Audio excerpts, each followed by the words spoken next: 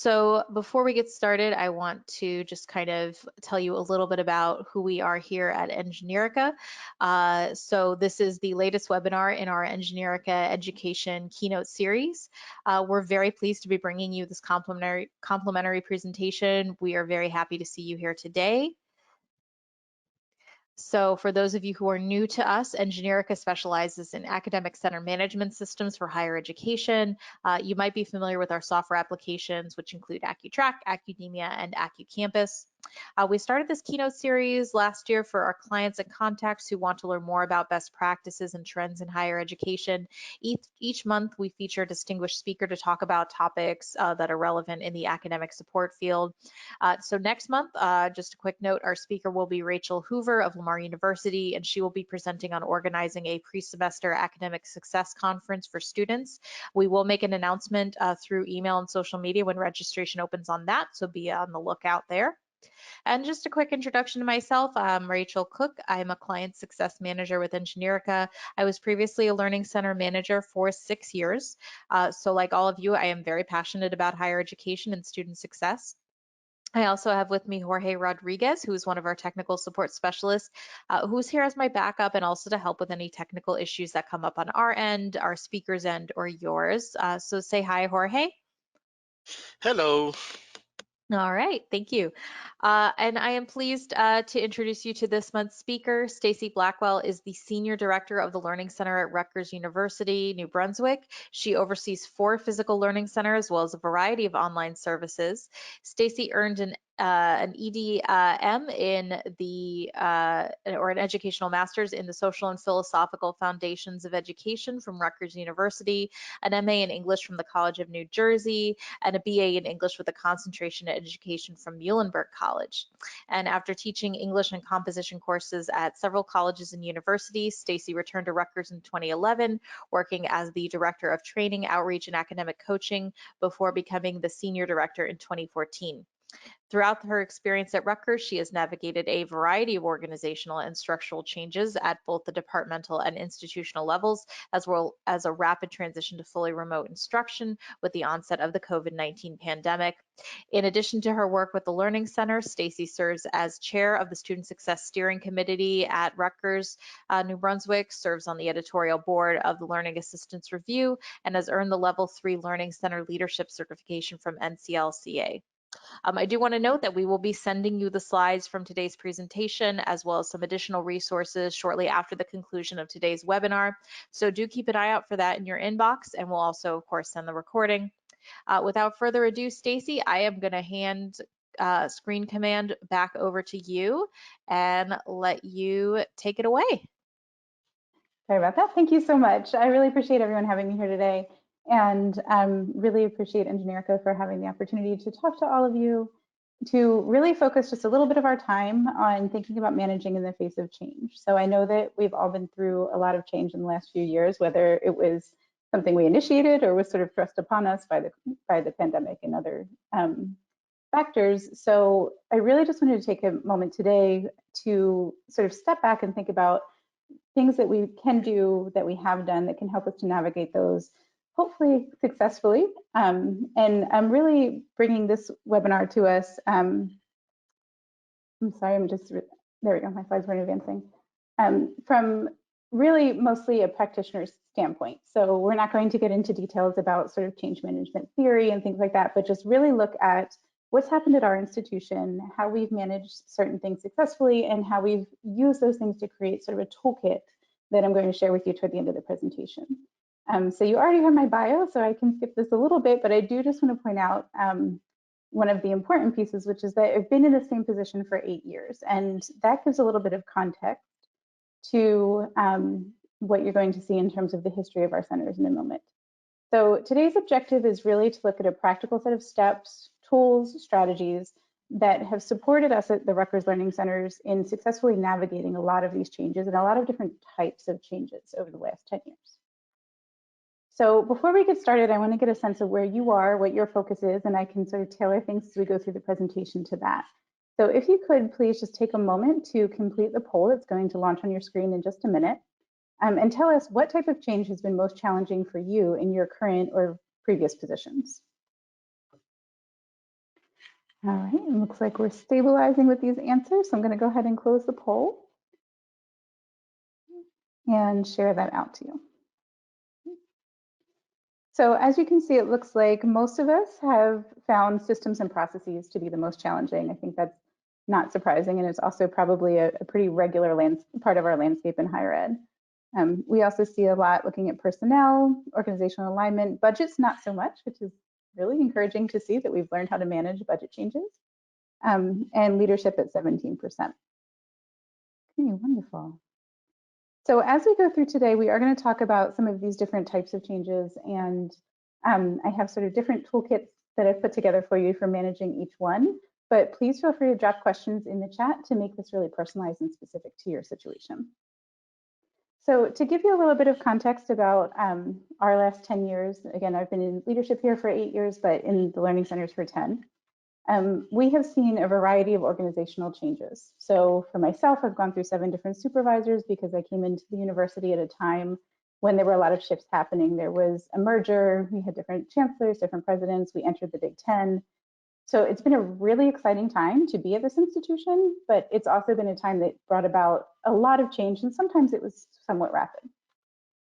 We've also seen quite a few systems changes. So with the merger, with everything that we've been looking at, we moved to a whole new budget model, the RCM model, for those of you who are familiar with that. We have a new website, so a whole new means of communicating, a new data system, new online service platform, a new LMS that was campus-wide, so we moved to Canvas for the entire campus, a new performance management system, new badging system, new financial system. So a lot of our systems have changed in a very short period of time. As I believe most of you are probably aware, we also have in New Jersey, COVID-19 hit us pretty hard, and there was a mass transition to remote instruction. I know that happened across higher ed. For us, it started in March 2020, and we just started coming back onto campus last semester. We've also had changes that were sort of internal, so changes to our programs and services. We've added programs, we've added courses. We had two new centers in a renovation. We've added online services, and we have a lot of collaborations and partnerships with different groups around campus that require us to sort of change and shift and tailor the things that we do at times. We've had some staffing changes. We had 9 extended leaves of staff members. We've had 12 full-time staff replacements as we've moved and shifted priorities. And we also have annual transitions. So we rely on a lot of part-time staff, graduate students, and undergrads as well. So we have a lot of transition of our sort of frontline staff that are working directly with students. And for me personally, because I think it's always important to put things in context, that work is not your whole life. I've had a lot of personal life changes too. So marriage, buying a house, 3 kids, and 2 surgeries, all within the time that I've been through all these other changes going on at the institution. And I think it's important to note that, because when we're looking at this from a management standpoint, I think a lot of times it gets really easy to manage the change or manage the situation and forget that we have sort of whole people, and we have to start considering how this is impacting the whole person. And that's something that I think we're putting a lot more emphasis on now after COVID-19, but I shouldn't say after, but during COVID-19. But I also think that it's something that's worth noting as we talk more today about managing with people.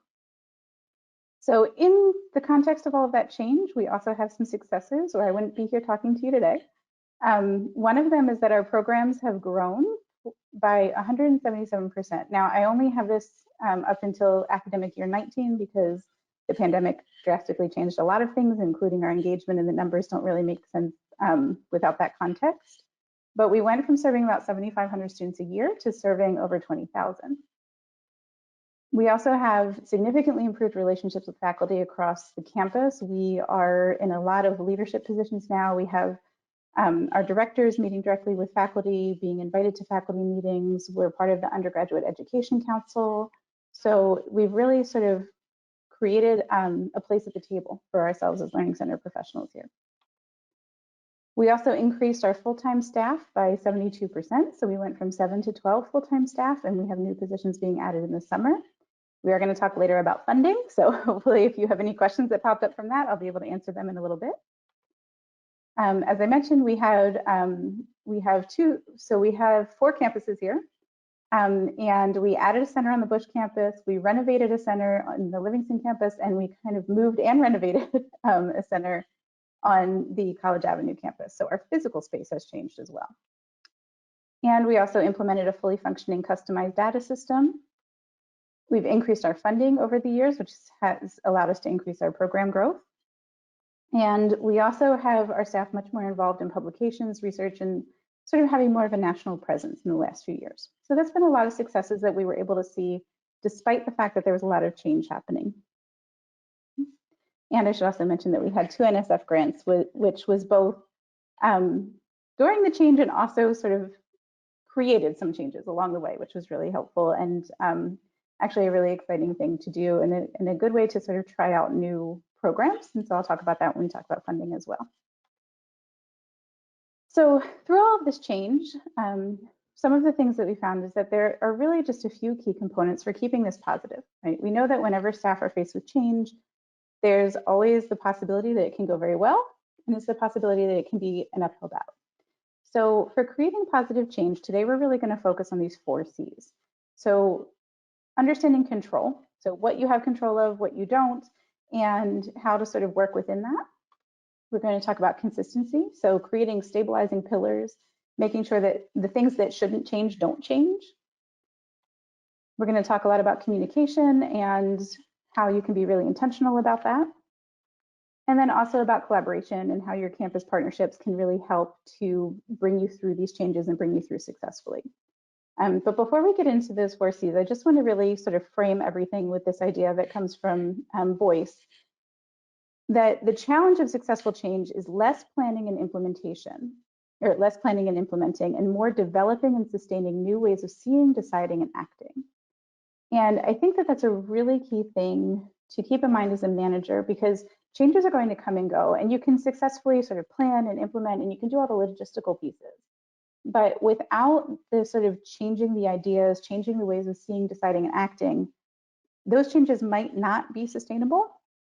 And it might be a real challenge just to implement them, because you're not going to necessarily have everyone on the same page or buying into the change that's coming. So when we think about control, I think it's important to recognize that the level of control that we have in each situation.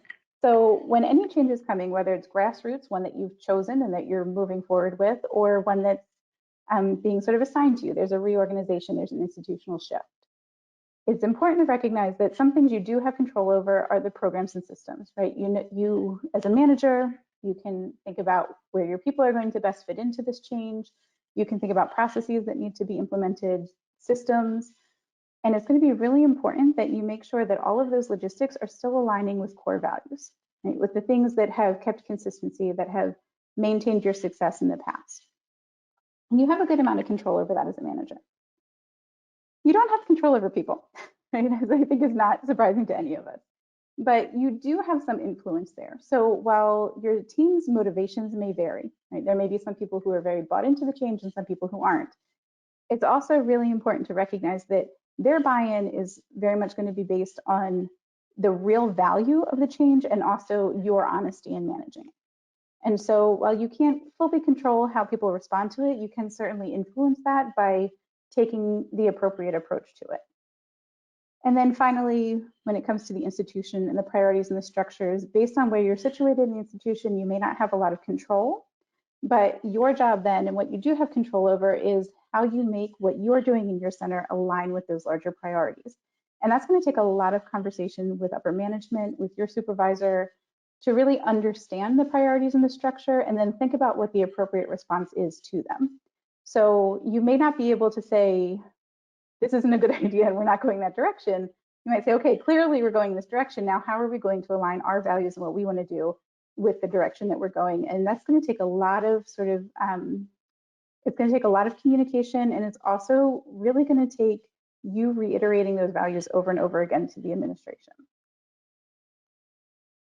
So when we think about the manager's role, I really think about it this way, that as a manager, you're going to be managing up a lot with university leadership. Especially when it comes to learning centers and academic support, there is a vast difference in the way that some people will sort of view the work that you do, right? There's a lot of variety in the work that we do. And so a lot of your work might be just communicating up about the value of the work, how it fits into what's happening on campus, and making sure that the university leadership understands the value and understands your role. And that's really where consistency is key. So when we're thinking about any kind of change happening, it's really important to recognize that there are certain things that you need to figure out as a team are your priorities. Right? And I like to kind of go into this section thinking about this quote, which I really appreciate. When juggling as much as you are, remember that some balls are glass and some are rubber, and you can't drop the glass balls. So this is often used in the context of time management, this idea that there are things that you can't let go, you can't drop the ball on because they will break and they will not be, you can't get them back, right? They're broken and it's done. Other things are rubber balls. So they dropped, you can pick it back up when it bounces and you can do it another time, right? So the idea that you as a manager need to figure out these priorities to keep your team engaged and also to keep that consistency with the upper management is a really key piece of your role as a manager. So one of the things that we need to focus on is really acting on priorities. Right? So the idea is that as a change is coming along, we need to figure out what are our values, what do we need to make sure that we don't let go of, and schedule pet projects for the future. It's going to take some time to manage the change. It's going to take some time to act within it. So the goal is to really communicate those priorities, focus on the priorities, focus on what's timely, but make sure that you're also not letting go of those things that you think would be a huge value add, but you just can't focus on right now. So schedule them, say, okay, 6 months from now, we're going to revisit this idea that we were just working on, but we had to pivot, as everyone likes to say these days. And so the goal is to really plan for that long-term success by not letting go of that, but still focusing on the priorities. And another sort of key idea here is to really be flexible, but not flimsy, right? So the idea is that you can maneuver, you can change, you can adjust to what's going on, but you also don't necessarily want to let go of the things that are important, right? So don't just move with the wind, don't just be taken one direction or another direction based on who's in leadership or what the priorities are at the moment, but make sure you have those core principles. And make sure that you're communicating them openly and often. So one tool that we use to do this at the learning centers, and I think can be really useful at a large scale or a smaller scale, depending on your operation, is the OGSM model. I'm going to introduce that in more detail later on, but the idea is that you structure everything around objectives, goals, strategies, and measurements to strategize long-term impacts. And it's also important to reflect often on how these are working. Now I want to take a moment. I just want to take a moment to see if there are any questions in the chat. If this is a good moment to stop and see what's going on. Is there any questions, Rachel, for me to answer? Yep. No questions. No questions yet that we need to answer at this time. Okay. Yeah. All right. So we'll continue on. Thinking about consistency in the face of change. So one of the ways that we've managed to sort of keep consistent is by really defining our values. So we have two sets of values, and the first is we talk about what do we believe effective learning is. So our team came together. We have an amazing staff that have a lot of experience, a lot of different backgrounds, and we sat down and we said, okay, when it comes down to it, what is the core thing that we think is important for learning? We're learning centers. We need to know what's effective. And so what we did was we came up with these three ideas, but this really captured the things we value, that learning is active and collaborative, it's self-directive, and it's transformative. So when we're looking at changing things, when we're looking at new proposals, when we're thinking about the way that we adapt to a new landscape, we need to make sure that whatever we're doing in our services is going to align with what we believe effective learning to be. And then we also look at our practices. So when we think about the value of our practices, we're looking at, are they inclusive? Are they learner-centered? And are they evidence-based? And again, those are the values that we determined as a team. It's really important that that is a team initiative. If these are top down, they're not going to get you anywhere. They're going to stay on a piece of paper. But when it's a team initiative, and then later on you come down and you say, okay, this thing is happening. Someone proposed that we start implementing this new program. Our new leadership is really interested in this type of thing. Let's talk about how it aligns with our values or doesn't, so that we can make an argument for why we are going to go in this direction, we're going to invest here, or we're not. And if your team isn't necessarily on board with those values, it's going to be really hard to have those conversations, and these aren't going to help. So it's really important that these are a team collaborative effort.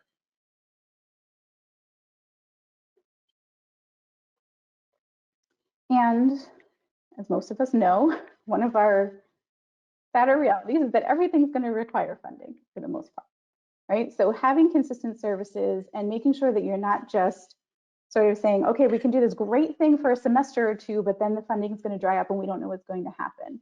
It's really important that if you want to focus on consistency, if you want to make sure you're implementing things that are sustainable and scalable, that you have a reliable infrastructure for them, and that's going to require funding. So when we've been looking for funding, it's never, I can't say it's ever easy, right? It's always something that takes planning, it takes intentionality, it takes practice. But I have found that it's really helpful to start by just being mindful of your audience. Who are you asking for funding? You're going to have a very different pitch to a corporation than you are going to have to your upper leadership.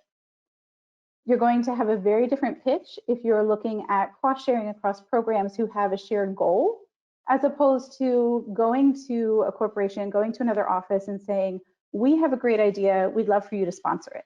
Right? So really thinking about who's being asked and what they value.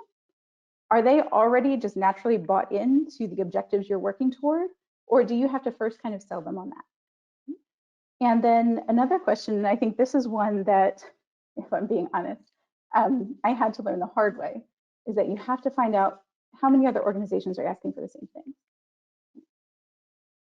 If there's another organization on campus who's asking for tutoring money and you're going and asking for tutoring money, chances are, if the administration is new, if the organization, the project that you're asking for is new, it's going to be really difficult for people to dig into the details and understand the difference between your ask and this other group's ask. So I found that it's most successful to first go to that group directly and say, hey, first of all, can we make this a combined effort? Why are we both asking for the same money for the same thing when we could do this together? Sometimes that's successful, sometimes it's not. But that's your first step. And then the next step is to say, okay, well, if we're not going to do this together, can we potentially pitch our ideas in a way that's going to be really clear that there's a reason why we're doing it separately and that both of these things are valuable? Because what you don't want to do is end up being in competition with all of the other groups who are really trying to get toward the same objectives that you are, because it's going to just make it very challenging for whoever is going to give you this funding to see the clear value in your organization over another one. And I find it's really useful that in these conversations to make sure that you're communicating the need for funding, not as a need. So it's not, we need this money because we've always had it and now it's been cut, right? That's not going to mean a whole lot to anyone who is outside of your organization, even if you know how important that is and how impactful it is. What is going to be helpful is to say, okay, for the last 5 years, we've had this amount of funding. This is what we were able to do and the impact that it had. You're telling me now that this is the funding that we have, right? If you've experienced a budget cut, for example, here's the impact we'll still be able to have, but here are the impacts that we're going to lose. Here are the things that are going to get left behind. And also to really just avoid those sort of, this is the money we need because it's the money we've always needed, and tie the money to very specific things that are gained. If you're going for an increase in funding, if you going to the upper administration and saying, if you give us this amount of money, here are the things that we're confident we can accomplish. And here's how that's going to add value to the institution and the student experience. So making sure that the conversation is always more about the outcomes than the funding can be a lot more effective than these arguments about arguments that are tied less to the tangible outcomes that you're asking the money for. And I see a question in the chat now. I'm going to come to that in just a moment. And the last piece is I just want to sort of throw out there are a variety of options. And from our experience, it's really useful to explore all of those options. So even when you have really good centralized funding, we've had great support at Rutgers. We've been able to accomplish a lot with the funding that we have, but you never know when priorities are going to shift at an institution. You never know when something like a pandemic is going to hit and some funding is going to dry up. And so really exploring all of these different options gives you a lot of flexibility in how you can fund things and make them sustainable. So looking at cost sharing with departments. We've had to cost share for different programs to get them up and running. And then once they're up and running, they see the value of them, we can demonstrate the value, and then we get that centralized funding that's more sustainable. We've also looked at grant funding. Most grants ask you to demonstrate that you can actually continue this initiative after the grant.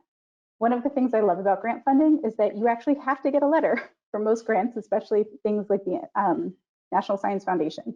You actually have to get a signed letter that says, if this grant project is demonstrated to be successful, the university will buy in such and such a way, right? And so it really helps with your long-term planning because you're already talking to leadership about what you're going to be able to do. You can also look at project-based funding if it's something that is just going to be sort of a one-time project, like developing online materials that takes a lot of money up front, but then maybe you can sort of back off and just maintain it for several years. And so it's not going to be a consistent sort of funding need.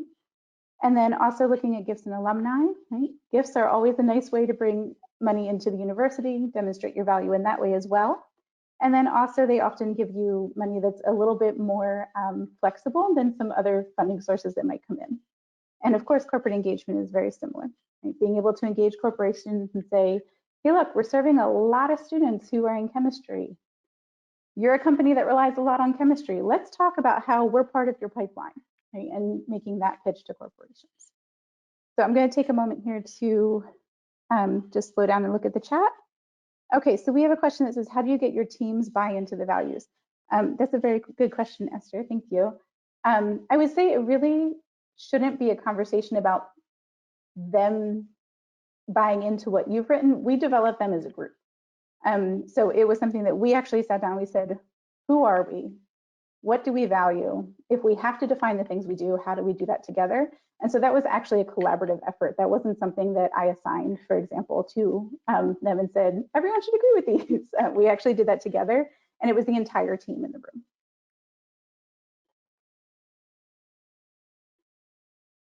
All right, so then again, as we're thinking about the manager's role, and the manager being sort of in the middle of everything that's going on, the one thing that we want to really focus on is that the people who are going to do this work, more often than not, that's your team, right? Your team is going to be doing the work. They're going to be doing the hard parts. They're going to be pulling late nights sometimes. So really making sure that your focus when you're going through this is also supporting them. And that can be really difficult, especially when we're short-staffed, right? So as the manager, you're doing a lot. You have a lot of commands coming down from above you. You have a lot of things that you're sort of handling when you're managing up, when you're managing your network, but it's really important to focus on the team as well. So when we're thinking about our next C, communication, one thing when you're moving into a time of change, whether it's a change that you've implemented or is being implemented sort of above you or around you, is to really think about your communication plan. So what mode of communication is going to be best used for what type of discussion? So for example, some people really hate emails that are informal.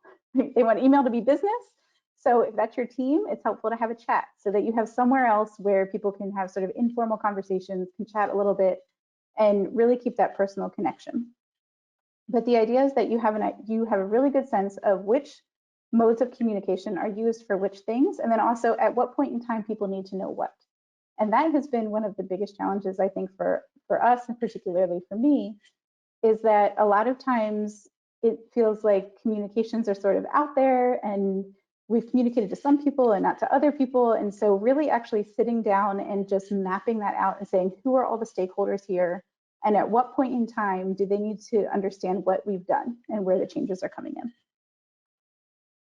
It's also really helpful if you have a staff and you can spare them to have one person designated to being sort of the point person for whatever that change is. So if you're adding a program, here's the person that everyone talks to in regards to that program. If there's a new system, one person on your team learns it inside and out, and then they're the person that everyone talks to. And having someone designated to the actual change for a period of time can be really useful because it helps them to just focus, and it also gives everyone else a clear line of communication. Also, having shared folders with all the resources, all the links that people need, so that I know if I have to, for example, we have a new academic master plan that's going to go into effect soon. So everything that comes to me, comes my way, comes to a colleague that is about that, goes directly into that folder. And that way, when I say, oh, wait, where are we on that plan? What's going on? Where are we in the long-term strategy here? You can go into the folder and it's all there. And no one's digging through emails or searching keywords. It's also helpful to have check-in meetings. So some people need that informal moment, right? To just be able to say, I'm frustrated. To be able to say, this has been a lot. To be able to say, I think my workload is getting too much. And sometimes to be able to say, you know what, I think I can contribute a lot more here than I have been. And I love those conversations. I've had a lot of those with our team. And without those one-on-one, just sort of informal, how's it going meetings, they never would have happened. And then you see that there's a whole new avenue, a whole new type of support in this person. Performance reviews are also a good opportunity to kind of sit down, talk about the changes, talk about how we've managed them and what people need moving forward. And one tool that we use every year is a SWOT analysis. So we use it on an annual basis. I think it's also really useful when there is a moment of change, when something is shifting, to sit down and say, okay, what are the strengths that our team has that's going to get us through this successfully and get us to the place that we want to be? What are our weaknesses? Right? So what are the things we haven't been doing as well as we should that we need to maybe some professional development around, or maybe we just need to talk about as a team and come up with a game plan? What are our opportunities? Right? So what didn't exist before is an opportunity that will exist now that we should take advantage of. And then finally, what are our threats? Right? So what things could happen that could interrupt our success here? And how can we be proactive about avoiding those? So having that analysis, and we do it just through an anonymous survey for our whole team, and then we share out the results and we discuss them at our planning meetings in the summer. But I think it's something that's useful at the moment of change or on an annual basis, but it's a tool that has really worked for us and given me as a supervisor a lot of information that I wouldn't have gotten otherwise, because everyone's taking the time to sit back and really think about these things. And finally, as I mentioned, the group chat, and also sort of thinking about your role in the group chat, right? I am a very task-oriented person. Anyone who's worked with me will tell you that. I'm very task-oriented. So trying to remind myself that, you know, we need to celebrate the wins, that we need to have some fun, right? And certainly there are times that we get caught up in our work and it can be a little bit harder to do that. But when people are so focused on these big changes and all these things happen, sometimes just a group chat where you say, okay, on Monday, I'm going to make sure I celebrate something that happened, even if it was tiny, even if it was not related to work, somebody had a really great personal success, we're just going to celebrate something. And on Friday, we're going to have a little fun. We're going to share silly memes. We're going to, you know, I personally really like word games and puns and things like that. And just be a little bit more personable, but just making sure that you're actually, again, carving out that time and being intentional. And when we're thinking about communication in terms of supporting individuals, this is a concept that I think really came to light in the last 2 years. This idea of surge capacity. Now, that's normally used in Dr. Maston's work to look at things that are times of crisis and things like this. But thinking about the idea of surge capacity being the energy behind something new, right? The energy behind that moment where you realize things have to change and you're getting behind it and you're working toward it. And I think we saw a lot of this at the beginning of COVID-19, right? We had a ton of creativity, I mean, the whole field, the emails that were coming in, the webinars, I mean, there was so much creativity, there was so much energy, there was, you know, everyone was like, okay, this is a problem, we have to solve it, and we're gonna solve it now. And there was this great energy that came, this huge surge. But then that trickles out, right? There's a capacity limitation on that. And so recognizing that your team is going to feel things like that too. They're going to feel those limitations at times and need a chance to kind of step back from the change, from the transition, from all of the work that goes into it, all of the planning, and, you know, have some time to sort of recover and come back with their full energy. I think it's also important to recognize when we're thinking about, you know, supporting the individuals on your team, that we do have Maslow's hierarchy, right? And things that you perceive as a threat or things that they perceive as a threat, you may not. So really having that conversation about things like safety. A lot of times it's job safety, right? Every time there's a reorganization, there's the question of, are we in danger? Is my position going to continue?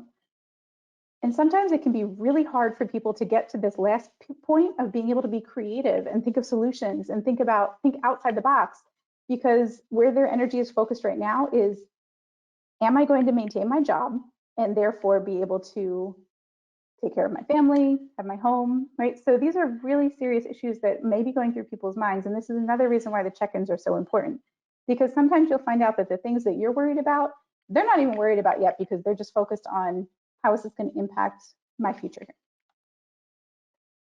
It's also really important to make sure that you're managing expectations about what this change is going to be. So thinking about how much opportunity there really is, thinking about the timeline. I think often we get really excited. We say, oh, there's this new plan, a new strategic plan. There's a new president. There are all these great ideas. And so many great things are going to happen. And then when those things don't happen in the next 6 months, we kind of start to fizzle out a little bit, right? We start to lack in our belief that is really going to happen. So managing those expectations and saying, yeah, this is a great opportunity for us, but when do we think we're going to see the fruits of it, right? Let's be realistic about that. And also expectations about workload. So being able to say, look, in the next 2 weeks, I'm going to need your everything. We are all hands on deck. Everybody's got to be at their top. After that, let's all take a week and just do the bare minimum, right? Get through the week, do what you need to do. Don't think about future anything.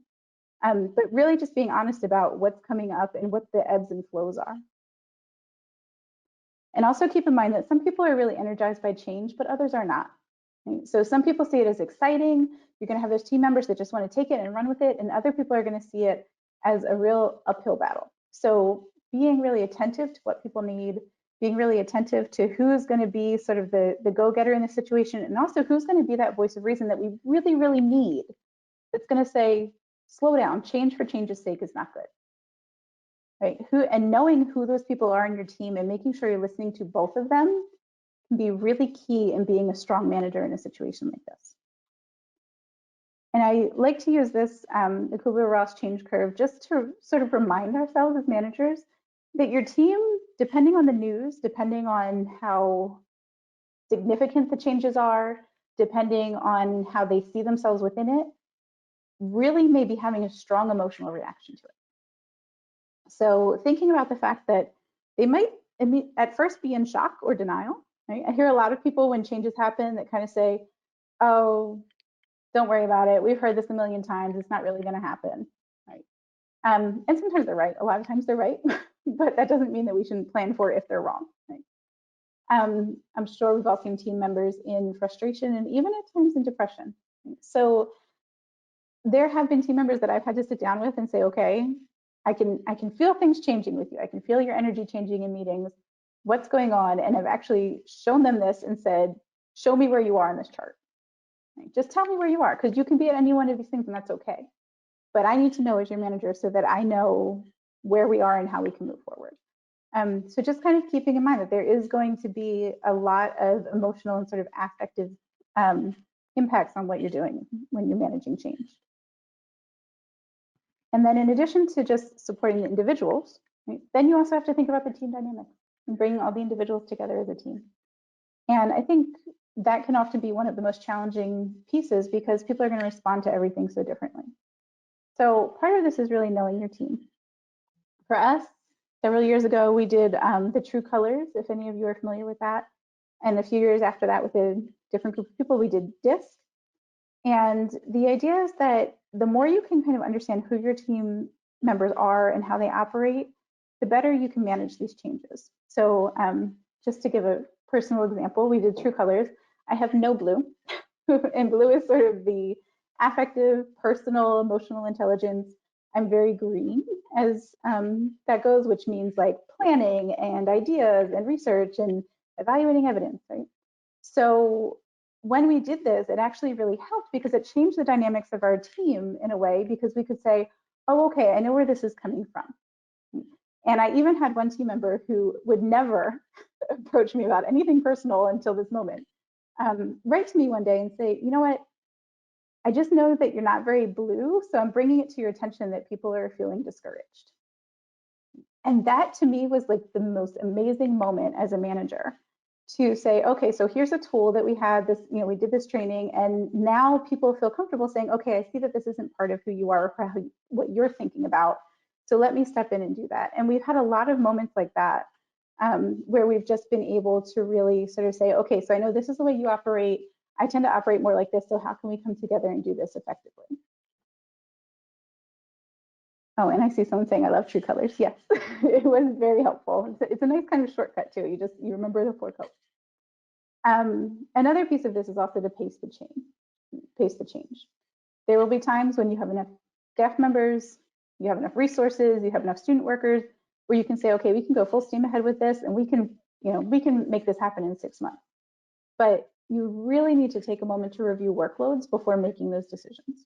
Right? So I think sometimes it's really easy, and this is one thing that I have to constantly remind myself of, and that I'm learning by trial at times, which is to look at not just what has to be done, but then also really be intentional about, okay, if these things have to be done, who are the people that have to do them, and what are they already doing?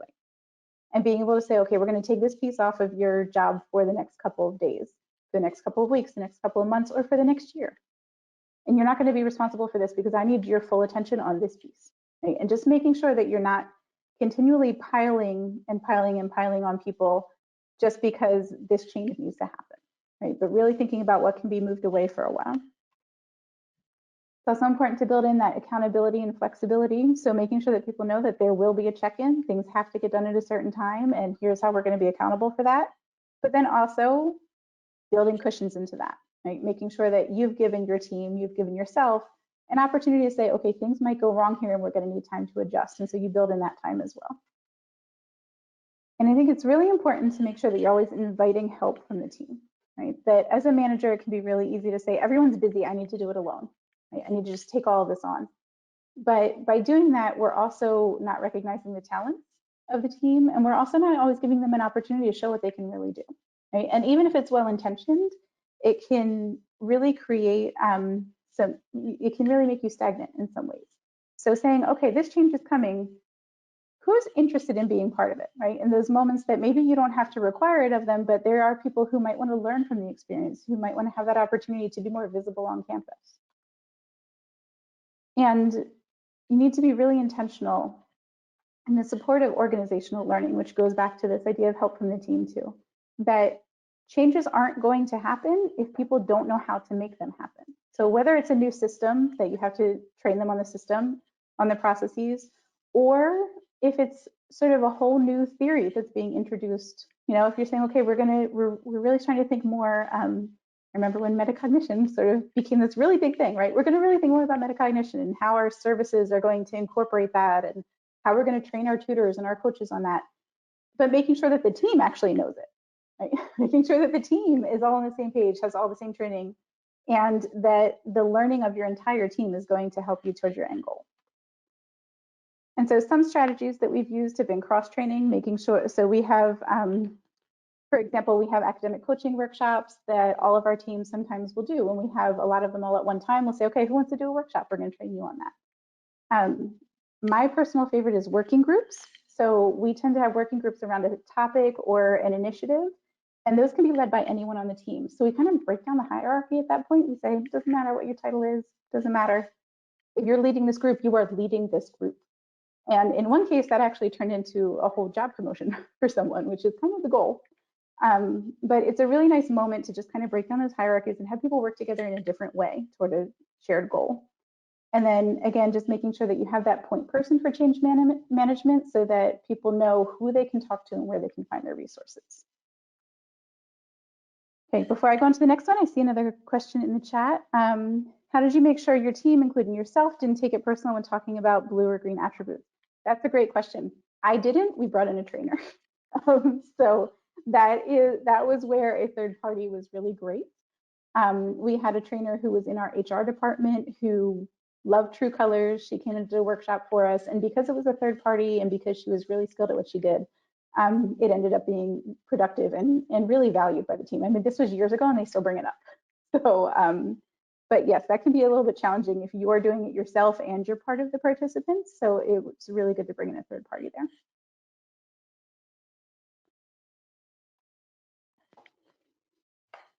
All right, and then as we're thinking again about the manager's role, so we've talked about communication with the team. I also want us to think about collaborations across the institution, right? So as the manager, not only are you working with leadership, with your team, with the students that you're serving, but you're also thinking about your network, your campus partners, and also in many ways, you're sort of accountable to the priorities and values that your team has set out. Right? So one of the really important things that you need to do is make sure that you're the person protecting that. And I say protecting that because it's really easy when change happens to get so caught up in the change that sort of who you are as the learning centers, what your services stand for, what they do, the impact that they have can get lost in sort of the newness of what's going on. So really seeing yourself as the person who drives that forward and protects the brand, so to speak. So as we're thinking about change, one of the most important things to do is to really mobilize your network. Right? So you want to drive something forward. You say, okay, for example, we're now going to online services. Who do we already serve? Who has been working with us in terms of scheduling spaces? Who's our IT support, right? Who's our network around online services? And then communicate out to them your cornerstone issues. So for example, when we went to an online platform, which we had to do very rapidly, as many other people did, it was really important to say, okay, who's our network? Who else might be using this? Who's going to be sending students to it? Find out from them what they wanted. We sort of brought everyone together as a group. And I think without that, we wouldn't have been able to adopt something so quickly and get it up and running as we did. You also, and this is so key. I think we have so many of the challenges we have with working with other departments can come from simply being on different pages about what your work together is. So really mapping out clearly when this change is coming, what is a service, what is a cooperation, and what is a collaboration? Because a service is one organization offering something of value to the other. So when I say, okay, the Learning Centers are doing something new, here's a new service we're offering to you. That's a very different conversation to say we're doing this and you can use it, than to say, okay, here's a new thing that we're doing, here's what we're offering to you, but also we're going to need buy-in. Also, we're going to need you to help us recruit. Also, we might need you to help us with funding.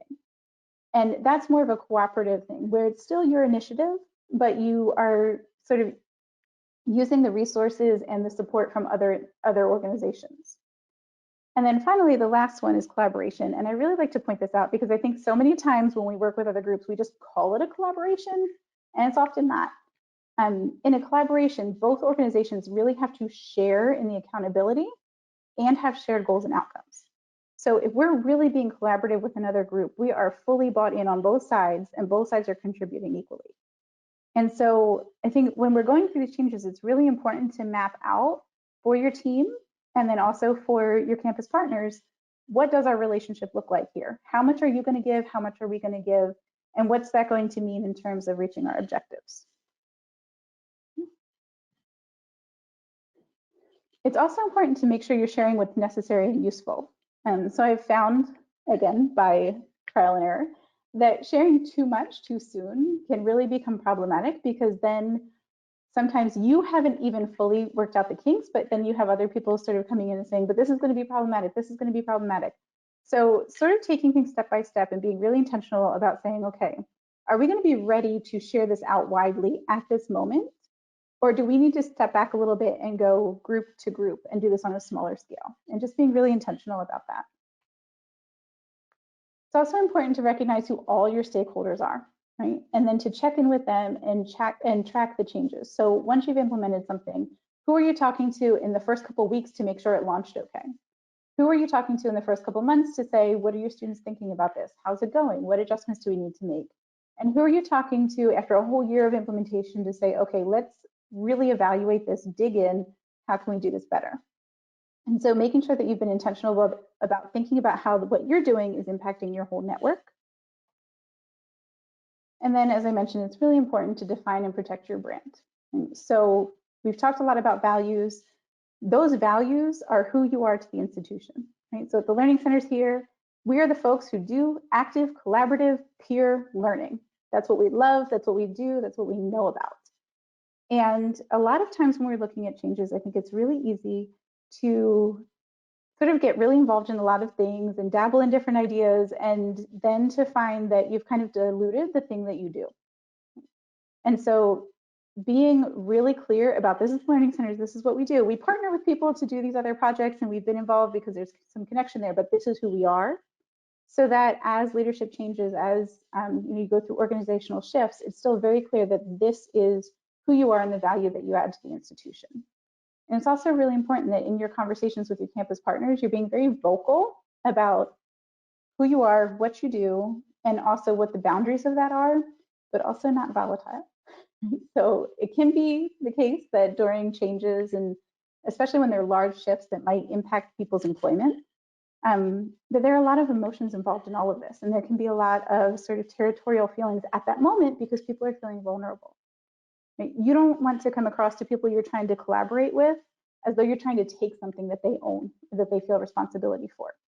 So being really clear that this is what we do, this is what you do, here are the boundaries, and also, coming to them from a very diplomatic point of view is going to be really important in making sure that you can facilitate this change and keep it sustainable.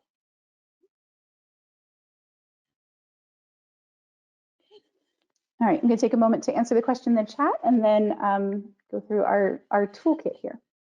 So I had the question, you mentioned improved relationships with faculty. What were some of the strategies you used to achieve this? I could actually possibly do a whole webinar on that because it's a lot. But I would say some of the biggest things are that we started using embedded peer support through our learning assistant program. So we put students who were successful back in the classroom. When faculty saw the value add there on their own, when they saw how fantastic our learning assistants were, and they tell us all the time, when they saw the value of the peer-to-peer interaction, that really helped them to say, hey, there's really something to this peer-to-peer education thing. That was a huge value add. We've also had moments where we've been really responsive, where faculty said, here's a problem. We've had, I've sat down with undergraduate deans, they say, this is the problem we have in our department. And there have just been times where I say, you know what, we can actually solve that for you. Or if we can't solve it, we can get you 70% of the way there. And just really sitting down and hearing their needs and then being able to show them how academic support can help them to achieve their goals and not necessarily make it about your goals has been really key there. And I've also found that it's one of those things where you find the right 2 to 3 people who are very vocal on campus and love what you do, and you introduce them to the other faculty members. Because faculty tend to be very influenced by other faculty members, at least in our culture here. And so it can be really helpful when you have that person who say, hey, that undergraduate chair who thinks we're wonderful, why don't you go talk to them, see what they think? And that's actually really improved our relationship with faculty tremendously. So when we're thinking about sort of the things we use to accomplish all these goals that we've talked about, I'm sharing with you this QR code that you can happily scan right now and log right in, or you will get the PowerPoint with the link here if you want to wait till later. But basically, I have just sort of a couple of tools that we've used. We've been through multiple reorganizations. We've been through some really large institutional shifts, and we've changed a lot of things because we thought, from the Learning Centers perspective, we wanted to change them. So we've had a lot of grassroots changes as well. So as we're thinking about reorganization, my toolkit includes an introductory email that I'm going to send to my new supervisor, that they're going to send to all of their supervisors, hopefully, and anyone else who's interested, that says, okay, here's what we do. This is our mission, our vision, here are our values, here are our goals, and here's the value add to the university. It's very brief because then my goal in that email is to get an audience with these people, to then give them the presentation where I expand on it. Now, I've actually given you a little outline of this in the folder so that you can just fill it in with your own values, your own mission and everything. But the idea is to then take that email, expand on it in a presentation. And I'll tell you what, I have this presentation ready to go all the time. It is in my folder right now. If someone called me tomorrow and said, the dean of this school wants to talk to you, I'd say, great, I have my presentation. Right?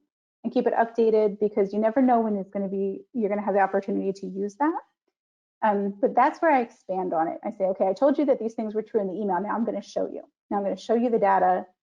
And then this is also where I start to socialize our key phrases. And analogies can be really helpful here. And I do want to share one that I use on a regular basis, which is when I generally share with our upper management and with faculty who will listen, that we tend to really look at academic support and classroom teaching the same way we look at the relationship between diet and exercise.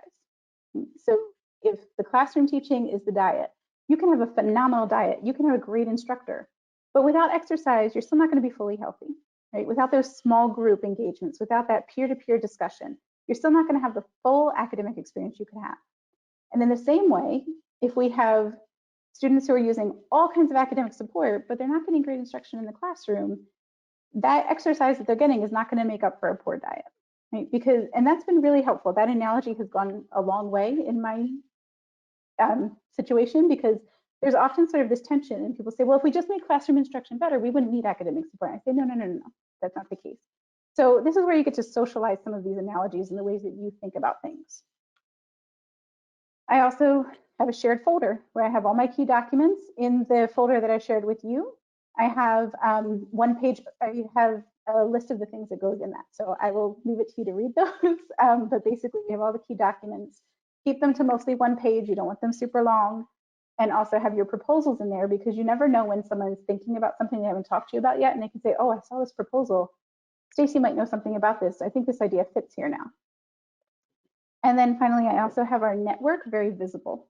So having testimonials on your website, having them in your presentation, demonstrating the connection and the reach that you have. We even have, we've been working on a network map to show the footprint that we have on campus, all the different programs we work with, all the different departments, to just really show, you know, if the learning centers weren't here, here are all these things that would be impacted.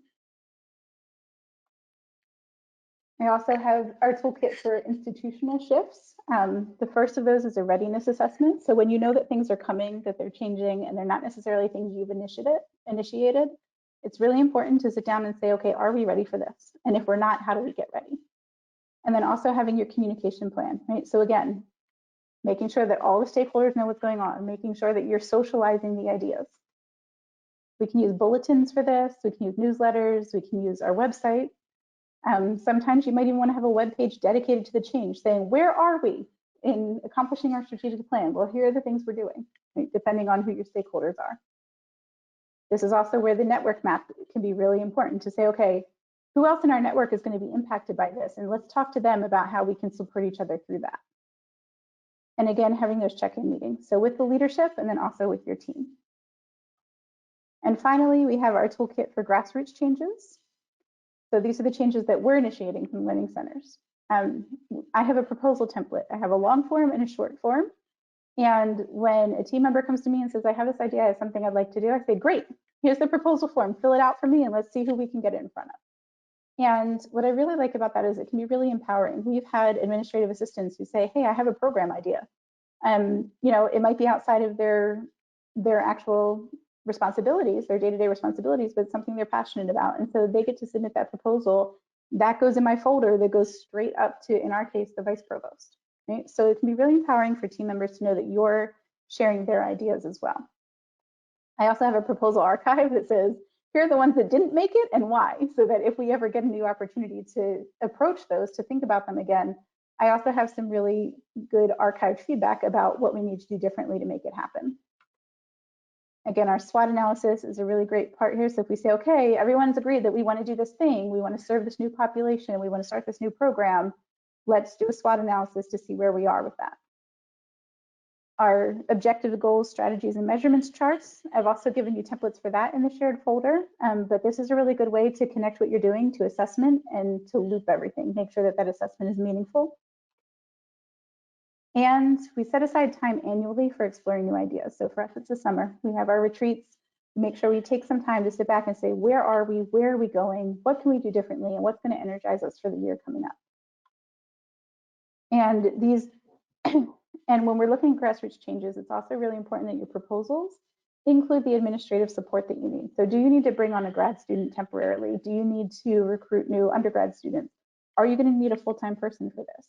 Because when you're really thinking about your grassroots changes, you don't need to think about just, can we do this next semester? But if this happens and it grows, what am I going to need to make sure that we don't drop the ball? Again, the communication plan comes in here, and that's going to be to your network, to your team, to the students, and to the upper administration. And I do have resources for that in your shared folder as well. So I know we're getting to the end of our time here, and I'm very sorry for that. I know we're going a little bit over. So I do have our reflection and responses, but at this point, I believe we're going to keep things open for questions and answers discussion for a while. But I just really want, oh, go ahead. No, I was just agreeing. Oh, okay, yes. So we're going to keep it open for questions and answers and discussion if anyone wants to stick around. But if not, I just really appreciate everyone being here today. I hope that this was helpful to you. Please use everything that you can in the folder. I'll also be adding this PowerPoint there as well. And if you ever want to contact me, here's my contact information. And I will be emailing out the link for that Google Drive. So Stacey, if you could just email me the link to it, I don't think I have it. And I will get that out to everybody who registered. And for anybody watching the recording later, we will include a link with the recording as well to the Google Drive. So I do want to thank everyone for coming.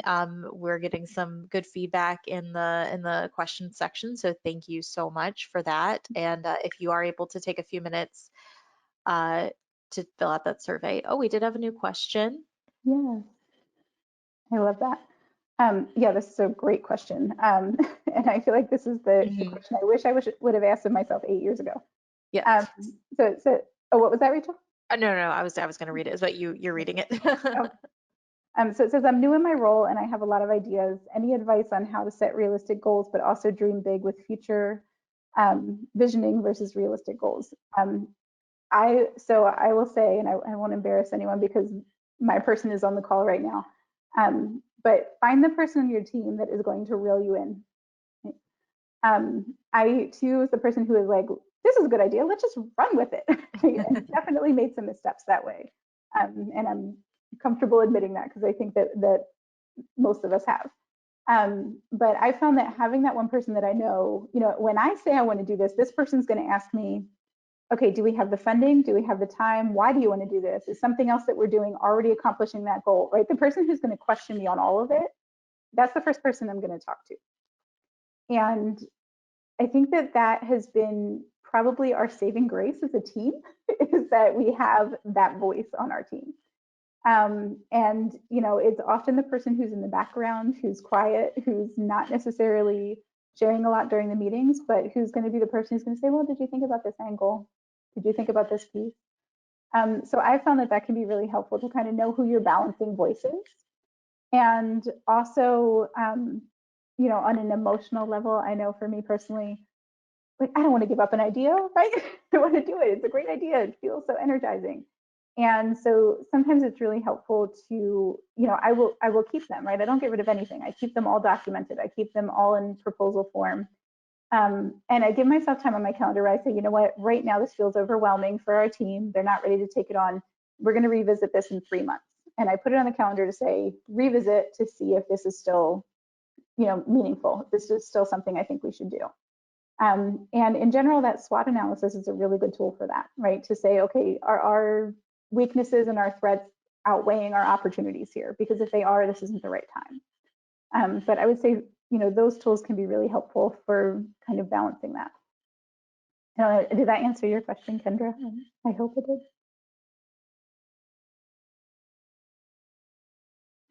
Okay. Were there other questions? I think that's the only one that I saw.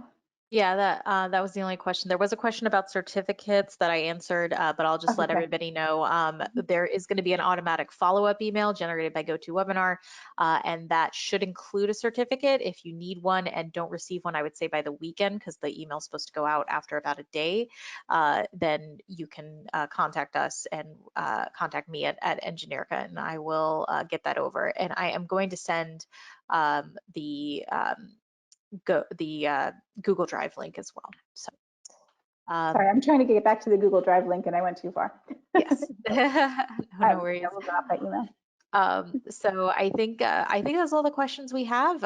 If we want to go ahead and say thank you to everybody for being here, we really appreciate it. And Stacey, thank you for your time. It was very generous. And we again, we will be back next month with another webinar. And thank you all for coming. Have a great rest of your day. Thank you.